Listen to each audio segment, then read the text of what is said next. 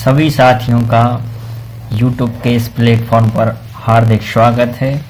आज हम दीपावली से संबंधित 4 सवाल जानेंगे जिनसे आपको दीपावली की संबंधित हर जानकारी मालूम हो जाएगी।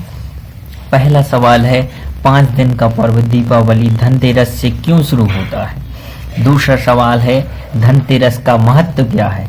तीसरा सवाल है, कैसे रूप चौदस शुरू हुई?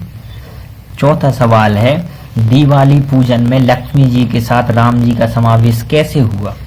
पांचवा सवाल है, गोवर्धन कृष्ण जी की पूजा है, दीपावली का हिस्सा कैसे बनी? और छठवां सवाल है, भाई दूज और रक्षाबंधन एक जैसी यह क्यों मनाया जाता है? तो इन 6 सवालों से आपको दिवाली की हर जानकारी मिल जाएगी। तो आइए स्टार्ट करते हैं पहले सवाल से कि 5 दिन का पर्व दिवाली धनतेरस से क्यों शुरू होता है। देखिए, भारतीय काल गणना सतयुग से शुरू हुई थी और इस युग में पहली बार दिवाली पर्व मनाया गया था। इसके बाद आए त्रेता और द्वापर युग में राम व कृष्ण के साथ इसमें नई घटनाएं जुड़ती गईं और यह 5 दिन का पर्व बना लिया गया। तो देखते हैं 5 दिन का पर्व कैसे बना। सतयुग से शुरू हुई दिवाली द्वापर तक आते आते 5 दिन का पर्व बन गया। लक्ष्मी जी, भगवान राम व कृष्ण की पूजा का महापर्व है यह। पहला दिन क्या होता है? पहला दिन क्यों मनाया जाता है? सबसे पहले सतयुग में कार्तिक माह की कृष्ण पक्ष की त्रयोदशी के दिन समुद्र मंथन हुआ था। उससे भगवान धन्वंतरी प्रकट हुए थे। तब से धन्वंतरी से धनतेरस पर्व शुरू हो गया। दूसरा दिन द्वापर युग में इसी कार्तिक माह की कृष्ण पक्ष की चतुर्दशी के दिन भगवान कृष्ण ने नरकासुर का वध किया था। तब पर्व में शामिल हुआ नरक चतुर्दशी। तीसरा दिन सतयुग में सबसे पहले कार्तिक माह की अमावस पर लक्ष्मी जी समुद्र मंथन से प्रकट हुई थी। इसी दिन भगवान विष्णु और लक्ष्मी जी की शादी हुई। तब दिवाली मनाई गई। बाद में त्रेता युग में इसी दिन राम वनवास से लौटे थे।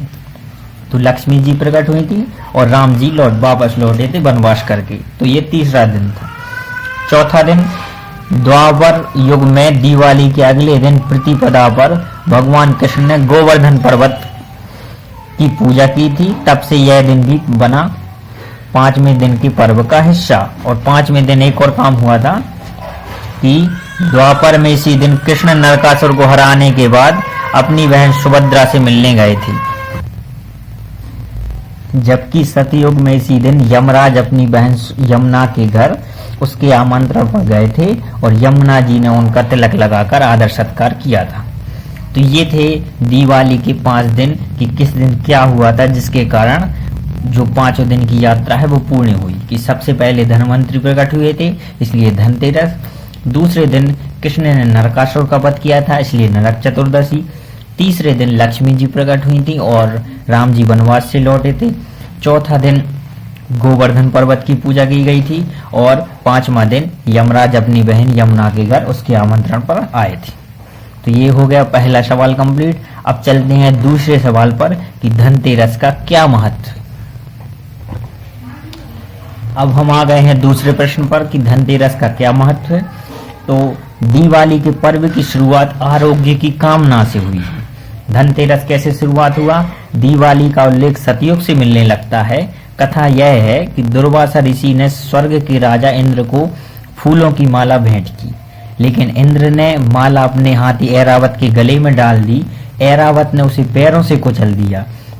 इससे क्रोधित दुर्वासा ने इंद्र को श्राप दे दिया कि तीनों लोग श्रीहीन यानी लक्ष्मीहीन हो जाएं। इसके बाद भगवान विष्णु के कहने पर देवताओं और दानवों ने समुद्र मंथन किया ताकि धरती पर फिर समृद्धि आए। इससे 14 रत्न निकले। कार्तिक माह कृष्ण पक्ष की त्रयोदशी तिथि के दिन समुद्र मंथन से भगवान धन्वंतरी हाथ में अमृत कलश लिए निकली। धन्वंतरी का महत्व क्या है? धन्वंतरी अमृत यानी आरोग्य के देवता हैं। वे हाथ में पात्र लेकर समुद्र मंथन से निकले थे, इसलिए इस दिन बर्तन खरीदने की परंपरा समय के साथ जुड़ गई। धनतेरस के दिन कुबेर की पूजा भी की जाती है। कुबेर देवताओं के कोषाध्यक्ष हैं। कुबेर लक्ष्मी जी के सेवक हैं। इस तरह वे धन के रक्षक हैं। तो ये था दूसरे प्रश्न का उत्तर कि धनतेरस का क्या महत्व है। अब हम तीसरा क्वेश्चन देखेंगे कि कैसे रूप चौदस शुरू हुई। अब हम आ गए हैं कि कैसे रूप चौदस शुरू हुई। तो कृष्ण ने नरकासुर का वध कर 16,000 कन्याओं को बचाया था। यही श्री कृष्ण भगवान ने 16,000 से विवाह किया था। तो रूप चौदस की शुरुआत कैसे हुई कि 5 दिवसीय पर्व के दूसरे दिन रूप चौदस मनाया जाता है। इसे नरक चतुर्दशी, छोटी दिवाली, काली चतुर्दशी या रूप चौदस भी कहते हैं। देवी काली ने पृथ्वी और स्वर्ग को क्रूर राक्षसों के हाथों से बचाने के लिए इसी दिन जन्म लिया था। बंगाल में यह त्योहार मां काली की पूजा के लिए समर्पित है और उत्साह के साथ मनाया जाता है। इस पर्व को मनाने की मुख्य परंपरा द्वापर युग से शुरू हुई। द्वापर में कार्तिक माह के कृष्ण पक्ष की चतुर्दशी के दिन भगवान कृष्ण ने नरकासुर का वध किया था। इसी दिन भगवान कृष्ण ने 16,100 कन्याओं को नरकासुर के बंदी गृह से मुक्त कराया था। इसका महत्व क्या है? तो यह पर्व महिला सम्मान और सौंदर्य को समर्पित रहा है। इसे सौंदर्य पर्व भी कहते हैं। मान्यता है कि इस दिन सूर्योदय से पहले उपटन लगाकर नदियों में स्नान करने से समस्त पापों से मुक्ति मिलती है और पुण्य मिलता है। यह परलोक को सुधारने के दिन के रूप में भी पहचाना जाता है। अब हम चलते हैं चौथे क्वेश्चन की ओर कि दिवाली पूजन में लक्ष्मी जी के साथ राम जी का समावेश कैसे हुआ। आइए जानते हैं।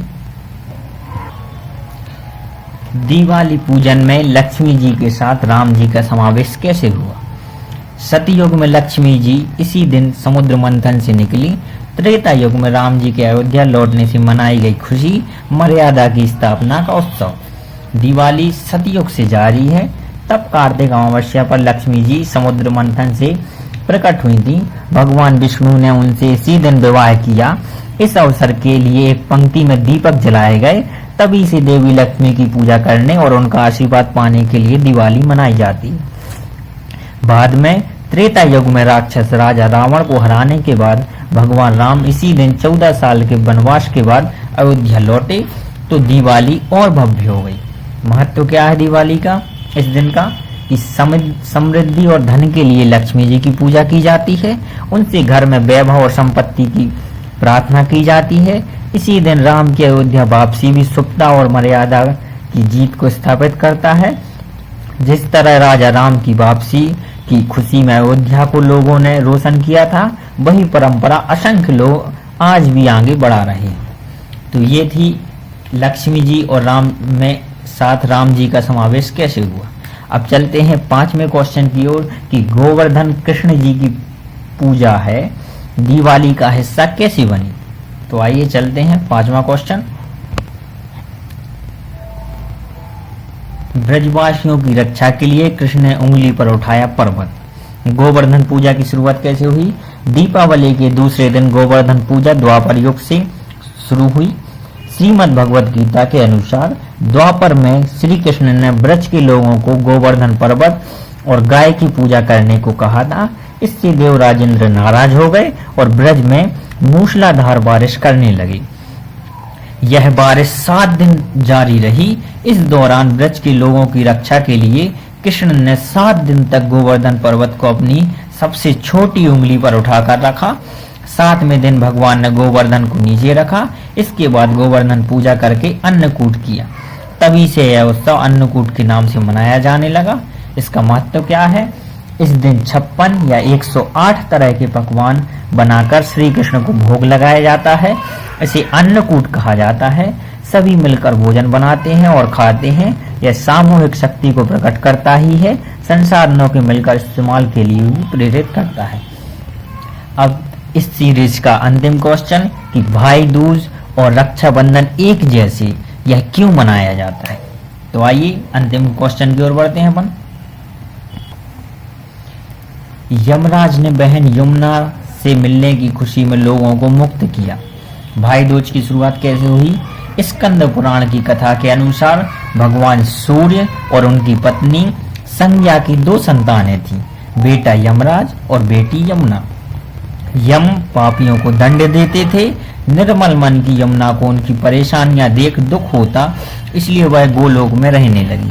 जब कार्तिक शुक्ल पक्ष द्वितीया के दिन यमुना ने भाई यमराज को भोजन के लिए बुलाया तो बहन के घर जाने से पहले यमराज ने नरक में निवास करने वाले जीवों को मुक्त कर दिया।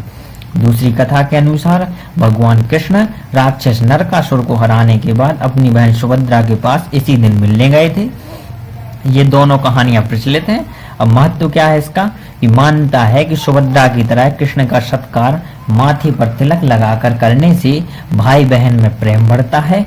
यह मान्यता भी है कि इसी दिन भाई बहन को यमुना नदी में स्नान करना चाहिए और जीवन में हुई गलतियों के लिए यमराज से क्षमा मांगनी चाहिए।